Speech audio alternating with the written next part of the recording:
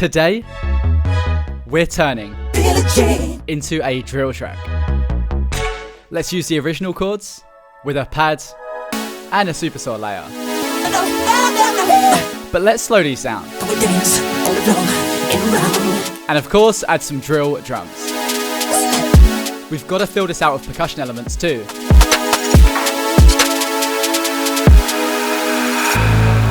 The bass line is so important with drill. We're literally just following the root notes of the chords for the bass line.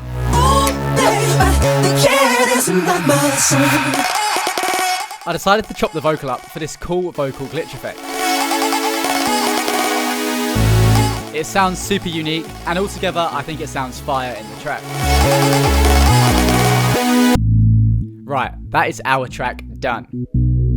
This has been Billie Jean, but drill. I hope you all enjoyed this one. If you did, then make sure to like and subscribe for more, and I'll see you in the next one.